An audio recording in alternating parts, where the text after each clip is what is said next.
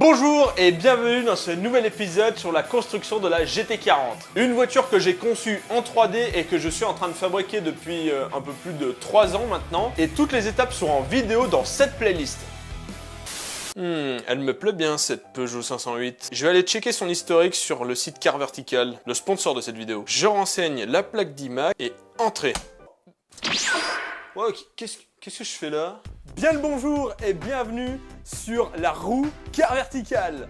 Allez-y, tournez la roue. Bon bah c'est parti. Bravo, c'est une bonne nouvelle, cette voiture n'a pas été volée. Ah, yes. Et c'est parti pour le deuxième lancement. Hop.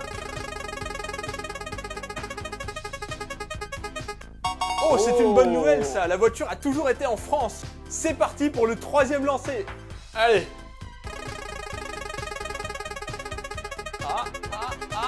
Eh ben non, pas de chance, nous avons un bidouillage au niveau du kilométrage. C'est ballot. Et c'est parti pour le quatrième et dernier lancement. Oh. Eh ben non. Encore dommage, cette voiture a eu un accident en 2019 et voici les photos, c'est pas très beau du tout. Bon bah je crois que je ne vais pas acheter cette voiture. Merci Car Vertical. Vous aussi faites une vérification du véhicule que vous comptez acheter sur le site Car Vertical. Les liens vers le site Car Vertical sont en description de la vidéo. Et moi je vous dis à bientôt pour une prochaine roue Car Vertical. Vous commencez à le savoir, j'aime l'organisation. Et sur un projet aussi gros que celui de la GT40, bah il faut savoir faire ce qu'on appelle du temps masqué. Vous n'êtes pas sans savoir que la carrosserie est enfin en peinture, donc là elle est chez le carrossier peintre, et que pendant ce temps-là, bah, je ne vais pas me tourner les pouces.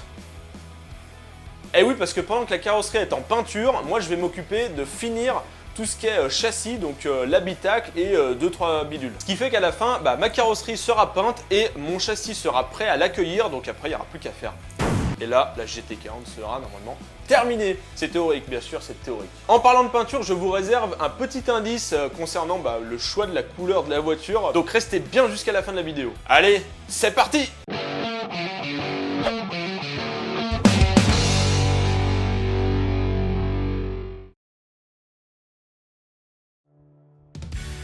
Dans les trucs à faire, fiabiliser le pédalier et ça implique de le retirer de la voiture.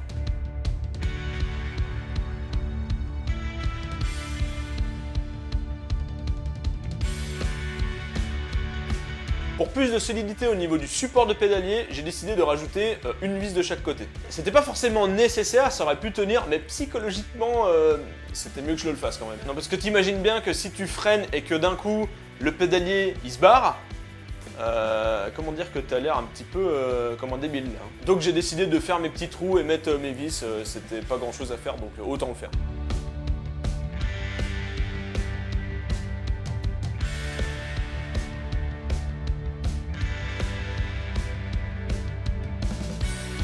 Vous savez, sur une voiture, il y a 4 roues. Bon. Mais il y a surtout 4 systèmes de frein, 2 devant et 2 derrière. Là où je veux en venir, c'est que la puissance de freinage n'est pas répartie également sur l'avant et l'arrière de la voiture. En général, une voiture, ça freine plus fort à l'avant, donc sur les roues avant, que sur les roues arrière. C'est en gros 60% à l'avant et 40% à l'arrière, ce qui explique notamment la différence de diamètre et des étriers à l'avant et à l'arrière. Généralement, on a des petits étriers, des petits disques à l'arrière et des énormes disques et des gros étriers avec plein de pistons dedans à l'avant. Et sur une moto de piste, c'est encore plus flagrant parce que au lieu d'avoir un énorme disque, on a 2 énormes disques pour une seule roue, la roue avant. Faut que ça freine. Et sur des véhicules de compétition, il est important de savoir gérer cette répartition. Donc là, je vous ai dit 60%, mais ça peut être 55, 70% à l'avant. Vous voyez, ça peut varier et c'est un réglage qui doit être rendu possible sur une voiture de course. Et comment on va faire ce petit réglage de répartition du freinage sur la GT40 ? Avec une molette. Alors la petite molette de la répartition avant-arrière des freins, elle est juste ici, je l'ai intégrée. Alors à la base j'avais 2 emplacements donc pour brancher les trucs. Donc j'avais une prise 12 volts allume-cigare en bas qui est toujours là. Et j'avais 2 USB que j'ai retirés pour mettre la molette de répartition. Comme ça j'ai juste à acheter un petit adaptateur qui fait prise 12 volts comme ça vers USB, c'est mieux. Cette petite molette, j'ai pris le soin de faire un beau petit sticker que je vous montre dès à présent.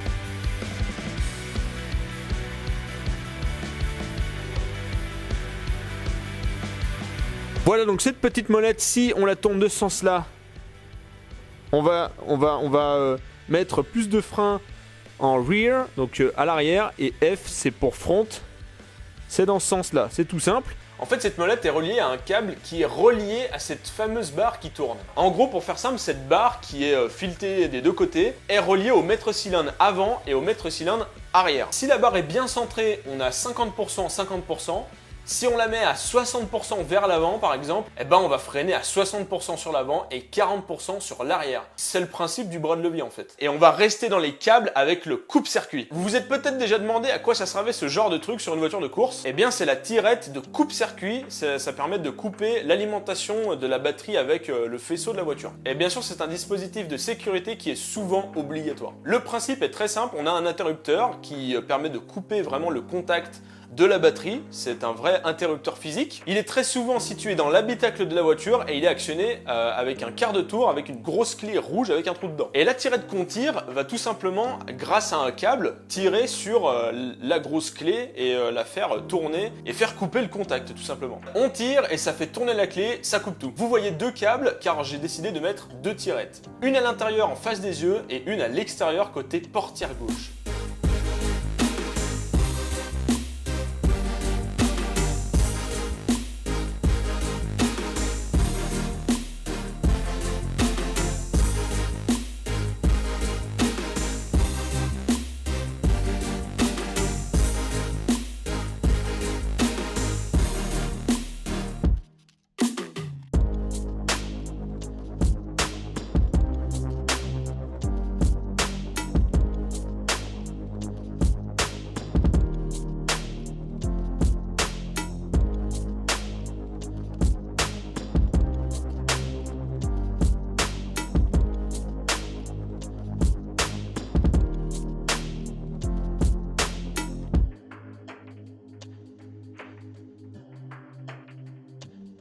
Voilà, la signalisation est terminée. Je vais continuer maintenant les petits travaux. Il me restait des chutes de véritable carbone, donc des plaques de carbone qui me servaient à l'époque à la fabrication de mes drones FPV. Et je me suis dit, bah pourquoi pas faire le maintien de la batterie, donc la batterie 12 volts en carbone. Comme ça, bah c'est bon. Tout ça découpé avec la CNC.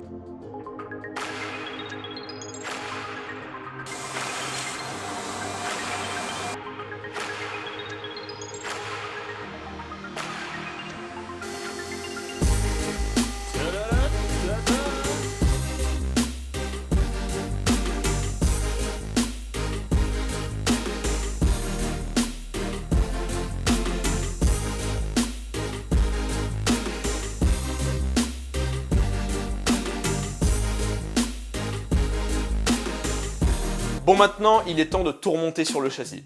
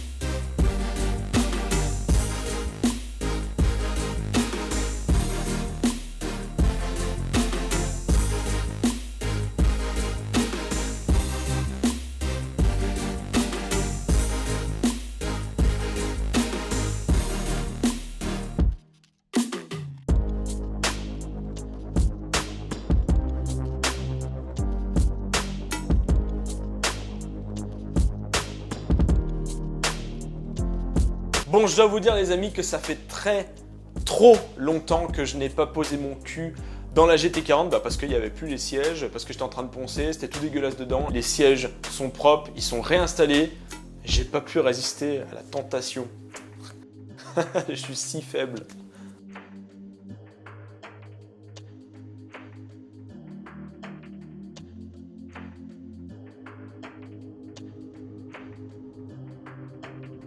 Mais pour que je m'amuse encore plus, il me faut un volant et un tableau de bord. Si vous n'avez pas vu la vidéo sur la réalisation du tableau de bord, elle est disponible juste ici.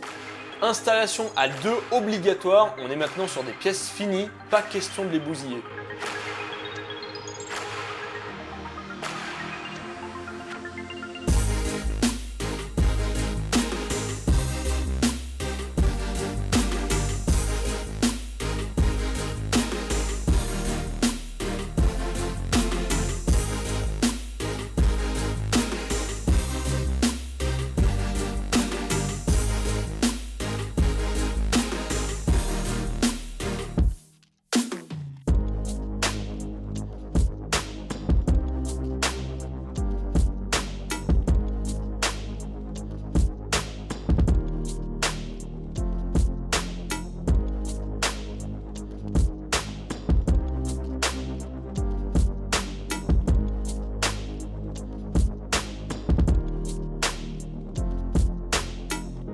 Bon, là ça commence à être un vrai habitacle. Comme prévu, le flocage avec le tissu des sièges, ça se marie très bien avec l'aluminium du châssis, avec les rivets.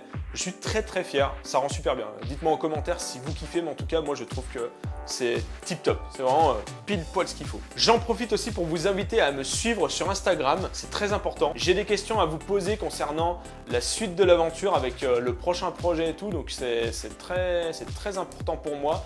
Donc n'hésitez pas à aller sur mon Instagram. Pour le confort des passagers et passagères, j'installe un cale-pied en aluminium.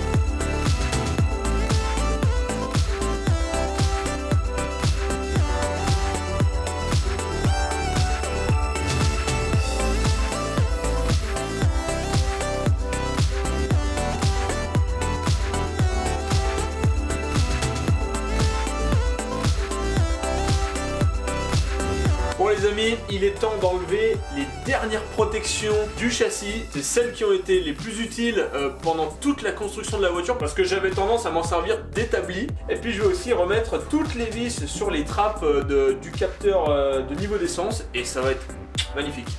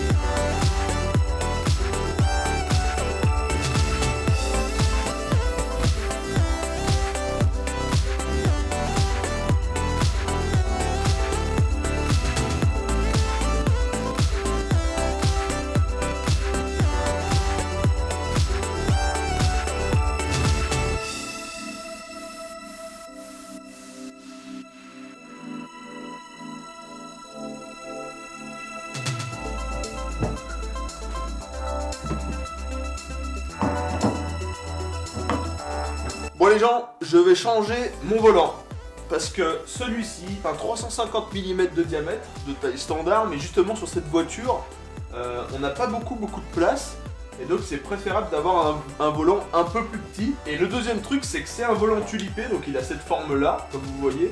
Et ça, c'est pas très beau sur une GT40. Donc j'ai décidé de changer de forme de volant pour cette forme-là. Wow! Il est beaucoup plus petit, alors c'est un 330 il me semble.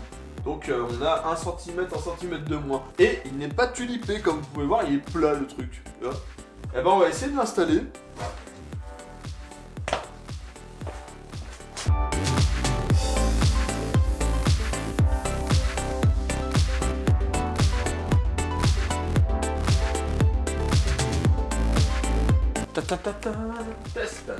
Test. Oh, le volant est trop loin. On va mettre l'entretoise. Hop, magie du montage. On teste avec l'entretoise. Ça devrait être mieux. Ah, là on est bien.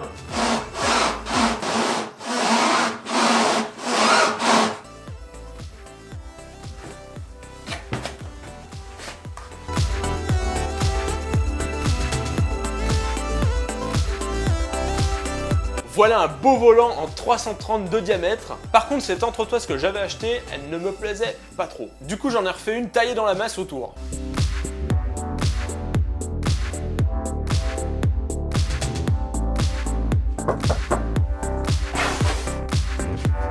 bonjour, c'est pour les pizzas, monsieur. Ah, bah merci beaucoup. Ça fera 20 €. Oui, j'ai acheté un troisième volant, le deuxième était une copie de bas de gamme, et vu que le volant c'est un peu le truc que tu as en face du nez quand t'es à bord de la GT40, je me devais de prendre un volant de qualité. Mais mon porte-monnaie il a moins kiffé cela dit.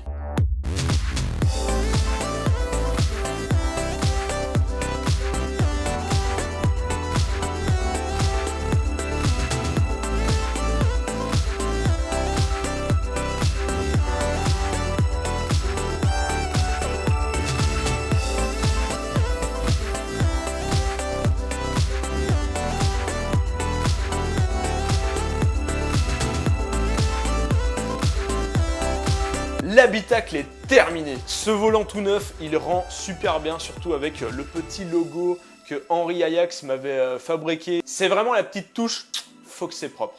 C'est juste la folie cet intérieur, je suis très fier de moi, ça rend trop bien. Vraiment, c'est tout paraît neuf, tout paraît fini, comme quoi vraiment la finition c'est hyper important. Et pourtant le tableau de bord il est pas plus fonctionnel que ici par exemple, il est juste 10 000 fois plus beau quoi. Je vais vous dévoiler l'indice sur le choix de la couleur de la GT40, mais avant n'hésitez surtout pas à aller voir le site de Car Vertical, le sponsor de la vidéo, les liens sont en description de la vidéo. L'indice donc de cette couleur c'est que c'est un biton. Je vous laisse argumenter en commentaire pour essayer de deviner la couleur que j'ai choisie et la config que vous rêveriez d'avoir sur une GT40. N'oubliez pas de me suivre sur Instagram, c'est très important comme je vous l'ai dit tout à l'heure. Si vous avez aimé la vidéo, n'hésitez pas à mettre un pouce bleu, à la commenter, à la partager. N'hésitez pas aussi à vous abonner à la chaîne YouTube, c'est très important aussi. Il y a beaucoup de trucs importants. Quant à moi, je vous dis à la prochaine. Salut!